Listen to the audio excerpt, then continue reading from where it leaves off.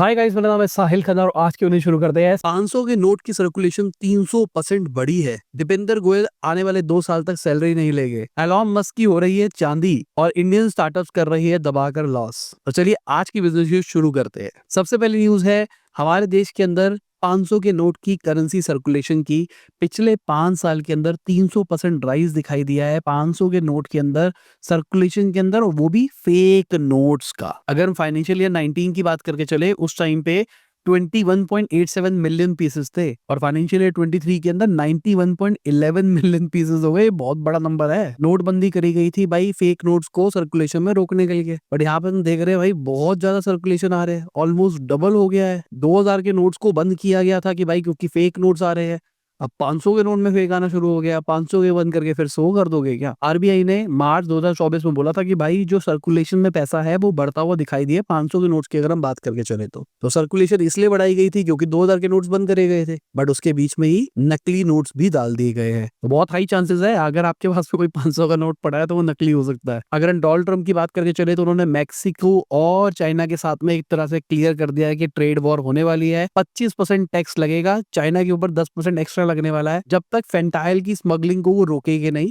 Basically ये FDA approved drug है जो कि मॉर्फिन से 100 गुना ज्यादा पावरफुल है, हेरोइन से 50 गुना ज्यादा पावरफुल है। मतलब बहुत सारे लोग इसको नशे पत्ते के लिए भी यूज करते हैं और ये स्मगल होके आता है। अब सिंपल सी बात, अगर ये टैरिफ लगाया जाता है तो यूएस इन्फ्लेशन हमको बढ़ता हुआ दिखाई देगा और फेड जो रेट कट कर रहा था शायद वो हमको दिखाई ना दे, क्योंकि बहुत सारी चीजें मैक्सिको से भी आती है, चाइना से भी आती है यूएस के अंदर। बाकी मेरे हिसाब से चाइना तो अब तैयार हो रहा है एंटी यूएस होने के लिए। हुआवे ने एंड्रॉइड को टोटली डिच करने की बात करी है अपने सारे गैजेट से। उनके जितने भी नए फोन आने वाले हैं उसमें हार्मनी ओएस नेक्स्ट होगा, जिसके अंदर एंड्रॉइड का कोई भी टुकड़ा नहीं होगा। जो उनके नए फोन होने वाले हैं उसके अंदर ऐसा देखने को मिलेगा। प्रोसेसर भी उन्हीं का हो गया, अब ऑपरेटिंग सिस्टम भी उन्हीं का हो गया, ऑडियंस भी उन्हीं की होगी। Xiaomi की बात करें चले तो वो भी अपनी मोबाइल चिप्स निकाल रहे हैं। खबरों की मान के चले तो अगेन यहाँ पे भी सेल्फ रिलायंस, सेल्फ डिपेंडेंसी दिखाई दे रही है। क्वालकॉम को छोड़ रहे हैं, मीडियाटेक को छोड़ रहे हैं, एक तरह से यूएस डिपेंडेंसी को छोड़ा जा रहा है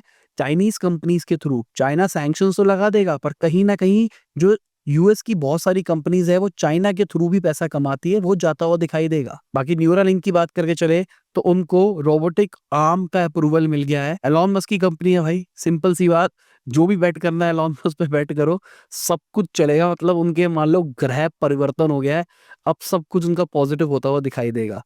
ऑल्दो ये टेक्नोलॉजी बहुत खतरनाक होने वाली है, मजा आ जाएगा अगर ये ढंग से अप्लाई होती है तो। मतलब जिन लोगों के हाथ पांव में दिक्कत है, कट गए हैं, खराब हो गए हैं या फिर है नहीं, उनके दिमाग में चिप लगाई जाएगी जिससे वो हाथों को पैरों को चला पाएंगे। भाई ये बहुत बड़ा गेम है। जो हम पिक्चरों में देखते हैं ना वो सारी चीजें एग्जीक्यूट होती हुई दिखाई देगी न्यूरालिंक से। मैंने कई बार बोला है कि एलॉन मस्क की बहुत सारी कंपनीज है जिसका मैं कई बार मजाक बनाता हूँ जो मुझे समझ में नहीं आती है, जैसे टेस्ला। अब कई लोग बोले भाई टेस्ला का मजाक बना रहे हो, बट टेस्ला से बड़ी कंपनीज भी अब मार्केट में एग्जिस्ट कर रही है। टेस्ला का मूड खत्म होता हुआ दिखाई दे रहा है।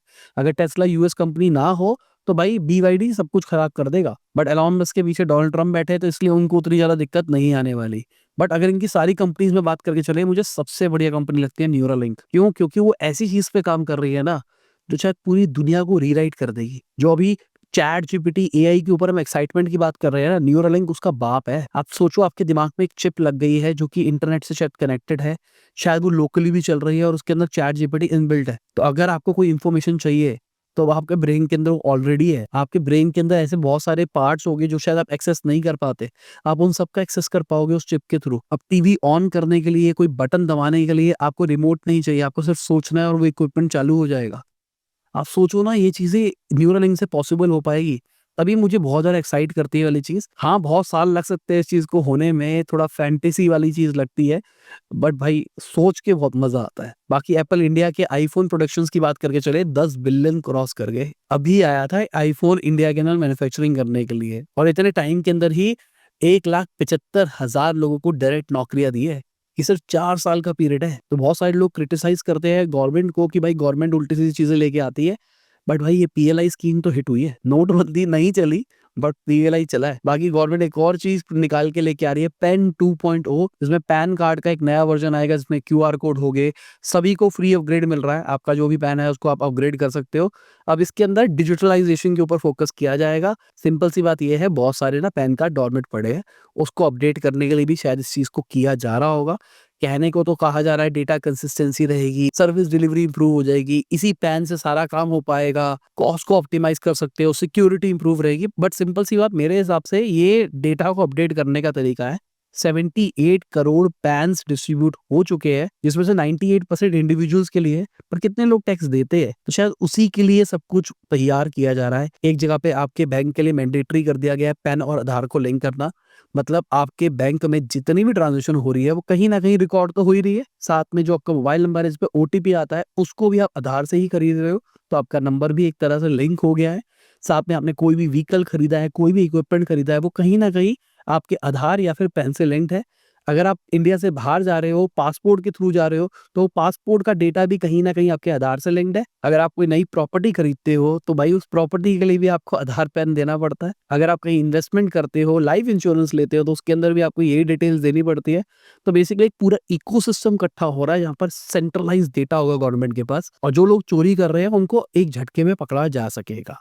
मेरा हिसाब से शायद ये सीन है। बाकी ठीक है, आपको सुनने में अच्छा लगेगा कि नया पैन निकल के आएगा, थोड़ा सुंदर लगेगा, बट मेरे हिसाब से कहानी पूरी ये है। अब मुझे नहीं पता, शायद हो सकता है वीडियो रिमूव करवा दे कोई, शायद इसमें ऐसी बातें बोल दी है जिसकी वजह से बहुत सारे भांडे फूट सकते हैं। तो वीडियो को जरूर शेयर कर देना, लाइक जरूर कर देना, ताकि ज्यादा से ज्यादा लोगों तक जल्दी से जल्दी पहुंच जाए बात। बाकी अडानी विल्मार की बात करके चले तो वो अपने स्टेक्स को जो बेच रहे थे उसको उन्होंने डिले कर दिया है ब्राइबरी केस के चलते। भाई इनका एकदम ऐसा ही होता है, गिरते हैं फिर बच जाते हैं, फिर गिरते हैं फिर बच जाते हैं, फिर गिरते हैं बच जाते हैं।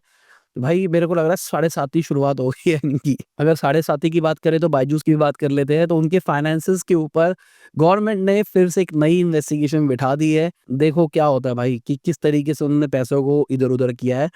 किया तो गया है, अब वो पकड़े जाए ना पकड़े जाए वो बात अलग है। बाकी दीपेंद्र गोयल जी की बात करके चले तो वो फाइनेंशियल ईयर 26 तक कोई सैलरी नहीं लेंगे। उनकी सैलरी 3.5 करोड़ के आसपास की है एक साल की, बट वो नहीं लेंगे। ऑल्दो उनको इतना फर्क नहीं पड़ता 3.5 करोड़ से, क्योंकि उनके पास में कंपनी के बहुत ज्यादा शेयर्स है। नंबर्स की बात करके चले तो अभी उनकी जो नेटवर्थ है ना वो 10,000 करोड़ से ऊपर है, तो 3.5 करोड़ पर ईयर में इतना बड़ा उनको फर्क नहीं पड़ने वाला है। अभी रिसेंटली ही जोमेटो ने अनाउंस किया कि वो QIP से पैसा रेस कर रहे 8500 करोड़, मतलब ऑलमोस्ट $1 बिलियन से ज्यादा ले रहे हैं, और ये 5% डिस्काउंट पे ले रहे हैं। जो पैसा आएगा उससे ब्लिंकिट के डार्क स्टोर्स को और ग्रो किया जाएगा, मार्केटिंग के ऊपर खर्चा किया जाएगा, क्लाउड इंफ्रास्ट्रक्चर बिल्ड किया जाएगा ताकि टेक कैपेबिलिटीज को और इंप्रूव किया जा सके, और बाकी कॉर्पोरेट के लिए यूज किया जाएगा। अब जोमेटो प्रॉफिटेबल भी हो गया है। क्विक कॉमर्स जो बहुत तेजी से ग्रो होता हुआ दिखाई दे रहा है, उसके अंदर भी एक मार्केट लीडर है। अब वो पैसा भी रेज कर रहा है, तो अच्छी चीजें दिखाई दे रही है जोमेटो के लिए। बाकी ओला इलेक्ट्रिक की बात करके चले, नया ई स्कूटर निकाल दिया है 40,000 रुपए में, मजाक ही चल रहा है कसम से। हाँ ठीक है, देखोगे फोटो तो आपको समझ में आ जाएगा कि एक हर एक बंदे के लिए नहीं है ये, जो डिलीवरी वाले लोग हैं, गिग वर्कर्स हैं, उनके लिए। बट अगर गिग वर्कर को नुकसान हुआ ना इससे, तो मान के चलो ओला का बैंड बच जाएगा। अगर ये प्रोडक्ट ठीक हुआ तो बहुत ज्यादा फायदा मिलने वाला है, क्योंकि ना ये स्पेस बहुत बड़ी कॉम्पिटिटिव है। क्योंकि जितने भी गिग वर्कर्स हैं उनको अगर ईवी व्हीकल मिल जाता है ना, उनके पैसे बचते हैं बहुत ज्यादा, जिसकी वजह से वो अपनी कमाइयाँ थोड़ी-सी बढ़ा सकते हैं। तो अगर ये धोखा ना दे, क्योंकि इसके अंदर बैटरी निकालने का भी ऑप्शन है, आप बैटरी निकाल के अपने घर के अंदर कहीं पे भी चार्ज कर सकते हो, तो शायद ये सक्सेसफुल रह सकता है। बट बात वही है ना, सपोर्ट मिलेगा नहीं मिलेगा, इनका हार्डवेयर वगैरह कैसा होगा। ऑल्दो मुझे लग रहा है सॉफ्टवेयर का तो कुछ इशू आएगा नहीं, क्योंकि इसमें सॉफ्टवेयर पैनल तो कुछ दिखाई नहीं दे रहा है। सिंपल मोटर और रेस वाला सीन होने वाला है, और ज्यादा हाई स्पीड भी नहीं होगा। देखते हैं कहाँ जाती है इनकी पूरी पूरी कहानी। बाकी मीशो की बात करके चले तो उनका कहना है कि उन्होंने AI बॉट्स का यूज करके अपनी कॉस्ट को 75% तक घटा दिया है। अभी रिसेंटली हमने देखा था उनके फाइनेंशियल स्टेटमेंट बहुत बेटर आई थी। जहाँ कंपनी दबा के लॉसेस कर रही थी, वहां उनके लॉसेस इंप्रूव होते हुए दिखाई दिए थे। अब इसका रीजन ये है, उन्होंने AI ऑपरेशंस के अंदर अनेबल कर दिया है। ह्यूमन एजेंट से बहुत ज्यादा पैसा खर्च होता था, अब उन्होंने AI एजेंट्स लगा दिए, जो कि उनकी कॉल क्वेरीज, कस्टमर की प्रॉब्लम्स को सबको सॉल्व कर देता है। जिसकी वजह से एक तो टर्न अराउंड टाइम जो है वो आधा हो गया। मतलब किसी को भी प्रॉब्लम थी, उसका सॉल्यूशन लेने में उसको 3 से 4 मिनट लगते थे, अब वो 1.5 से 2 मिनट हो गया, जो कि एक अच्छी चीज है। जो इनका वॉइस बॉट है वो भी 60,000 कॉल्स पर डे हैंडल कर रहा है। आधी के आसपास उनकी कॉल्स देखी जाए तो AI हैंडल कर रहा है, और ये हिंदी और इंग्लिश के अंदर सपोर्ट कर रहा है। तो मतलब मान के चलो बहुत फायदा होने वाला है। और मैं जब से बोल रहा हूँ ना, AI इंप्लीमेंट कर लो बिजनेस में, AI समझ लो, ये समझ लो, अभी ये दिखाई दे रहा है AI नौकरी खाते हुए, जो मैं बहुत टाइम से बोलता हुआ दिखा रहा हूँ आपको। बाकी शेयर चैट की बात करके चले तो 793 करोड़ का लॉस रिपोर्ट किया फाइनेंशियल ईयर 24 के अंदर उन्होंने। चार्ट के अंदर आप देख सकते हैं रेवेन्यू बढ़ा है, अच्छी बात है, एक्सपेंसेस घटे हैं, बहुत अच्छी बात है, और लॉसेस भी बहुत ज्यादा घटते हुए दिखाई दिए, ये भी एक अच्छी बात है। अब इसके पीछे का सीन बताऊं, कहानी ये है, इन्होंने अपने आप को स्केल डाउन किया है। नंबर्स बढ़ते हुए आपको दिखाई दे रहे हैं रेवेन्यू के अंदर, बट इन्होंने मार्केटिंग के अंदर उस लेवल का खर्चा नहीं किया जितना पहले कर रहे थे। और जिनको नहीं पता मोहल्ला टेक के बारे में, शेयर चैट और मौज दोनों इन्हीं के अंडर आती है। जो टीयर 2 टीयर 3 सिटीज है ना, वहाँ पे मौज एक तरह का मीशो है, मान के चलो। वहाँ पे लोग ये माइक्रो वीडियो प्लेटफॉर्म्स को ज्यादा यूज करते हैं, तो इसलिए वो बिजनेस बना पा रहे हैं अब शायद, क्योंकि पहले एक बार आदत बना दी ना, उसके बाद मार्केटिंग की जरूरत नहीं पड़ती, फिर आपको वो ऑडियंस कमा के देती है। अगर हम बियर्डो की बात करके चले तो उन्होंने 3.6 करोड़ का प्रॉफिट रिपोर्ट किया फाइनेंशियल ईयर 24 के अंदर। आप चार्ट देख सकते हैं भाई, रेवेन्यू दबा के बढ़ाया है, एक्सपेंसेस भी दबा के बढ़ाया है, और इसके चलते प्रॉफिट थोड़ा सा हुआ है। 1 रुपए कमाने के लिए 97 पैसा ये खर्च कर रहे हैं, बट ठीक है, कंपनी प्रॉफिट की तरफ दिखाई दे रही है। बाकी रेवेन्यू जनरेट करने के थोड़े से गलत चीजें भी यूज करते हैं, जिसको मैं पब्लिक डोमेन में नहीं बता सकता। कमेंट सेक्शन में कोई बता देगा तो मैं लाइक या लव दे दूंगा। बाकी शुगर कॉस्मेटिक्स की बात करके चले तो 38 करोड़ उन्होंने रेस करे, बट फ्लैट वैल्यूएशन के ऊपर। मैं बहुत टाइम से आपको बता रहा हूँ, फ्लैट वैल्यूएशन को हम अच्छा नहीं मानते हैं। फ्लैट वैल्यूएशन का मतलब लॉस ही होता है कंपनी को, कि मतलब उनको पैसा नहीं मिल रहा था मार्केट से, ना उनको डेट मिल रहा था मार्केट से, तो उनको एक ऑप्शन दिखाई दिया, चलो भाई जो मिल रहा है वो ले लो, जिस रेट पे मिल रहा है उस रेट पे ले लो। ऑल्दो शुगर ने शार्क टैंक के चक्कर में मार्केटिंग तो बहुत अच्छी करवाई है अपनी, प्लस नया शार्क टैंक का सीजन आना था तो उनको और फायदा होना था। रिपोर्ट्स की मान के चले, अब ये कोरियन स्किन केयर ब्रांड की तरफ जाएंगे, करीना कपूर के साथ में मिलके कुछ निकालेंगे। शुगर पॉप करके भी एक सब ब्रांड निकलता हुआ हमको दिखाई देगा। बाकी गवर्नमेंट की बात करके चले तो उन्होंने 16,398 करोड़ का जीएसटी कलेक्ट किया है इंश्योरेंस से फाइनेंशियल ईयर 24 में। समझने की कोशिश करो भाई, बहुत बड़ा नंबर है ये। जो फाइनेंशियल ईयर 19-20 के अंदर ना हमको 2100 करोड़ के आसपास दिखाई देता था, वो इतना बड़ा नंबर हो गया है। अब सिंपल सी बात, ये गवर्नमेंट का फेलियर है ना, जिसके लिए लोग हेल्थ इंश्योरेंस ले रहे हैं। अब इसके चक्कर में गवर्नमेंट कमा रही है। वाओ, एक तो खुद गलती करो, ऊपर से उसमें भी कमाओ। दिस इज वेरी गुड भाई। मैंने बहुत टाइम पहले एक वीडियो डाली थी, यहाँ पे इसी चीज के बारे में बात करी थी कि भाई इसके ऊपर तो कुछ लाना चाहिए ना। प्योर बताया था मैंने, उसके अंदर कोई स्पॉन्सर वॉन्सर नहीं था। उस वीडियो को देखना, आपको समझ में आएगा मैं क्या बताना चाह रहा हूँ। बाकी वॉरेन बफेट की बात करके चले तो उन्होंने स्टॉक्स डोनेट किए 1.1 बिलियन डॉलर के अपनी चैरिटी को। बेसिकली उनकी 4 फैमिली चैरिटी फाउंडेशंस है, उसके अंदर उन्होंने 25 नवंबर को 1.1 बिलियन डॉलर के शेयर्स डोनेट किए। वॉरेन बफेट के 3 बच्चे हैं। वॉरेन बफेट की डेथ के 10 साल के बाद में उनके फॉर्चून को इनहेरिट करेंगे, और उसके अंदर कुछ चीजें अनडिस्क्लोज भी है। अब वो क्या है क्या नहीं है वो टाइम बताएगा। बाकी जूम की बात करके चले तो उन्होंने जूम 2.0 रीलॉन्च कर दिया है। ये एआई फर्स्ट कंपनी होने वाली है, जहां पर एआई के ऊपर फोकस किया जाएगा। हमने कुछ टाइम पहले भी बात करी थी कि भाई जूम अब धीरे धीरे उस ग्रोथ को अचीव नहीं कर पा रहा जो कोविड टाइम पर उन्होंने अचीव करी थी। अब उनको समझ में आ रहा है एआई इज गुड चीज, एआई के ऊपर एक लेयर बना देते हैं। तो आपने देखा होगा, अगर आप जूम यूज करते हैं तो उसके अंदर ट्रांसक्रिप्शन का ऑप्शन आ गया है, मीटिंग समरीज के ऑप्शन आ गए हैं। ऐसे कर करके बहुत सारी चीजें शायद वो निकाल सकते हैं आने वाले टाइम के अंदर। बाकी मार्केट का हाल आप देख सकते हैं कैसा रहा, कौन रहा ऊपर कौन रहा नीचे। और इसी के साथ में आज की ये बिजनेस न्यूज खत्म होती है। उम्मीद करता हूं आपको मजा होगा। लाइक कर देना, शेयर कर देना, कमेंट करना वीडियो कैसी लगी। बाय, गुड नाइट, शब बखैर, खुदा हाफिज, गुड मॉर्निंग। और तुम जब भी ये वीडियो देख रहे हैं, जय हिंद, वंदे मातरम, दुआ में याद रखना।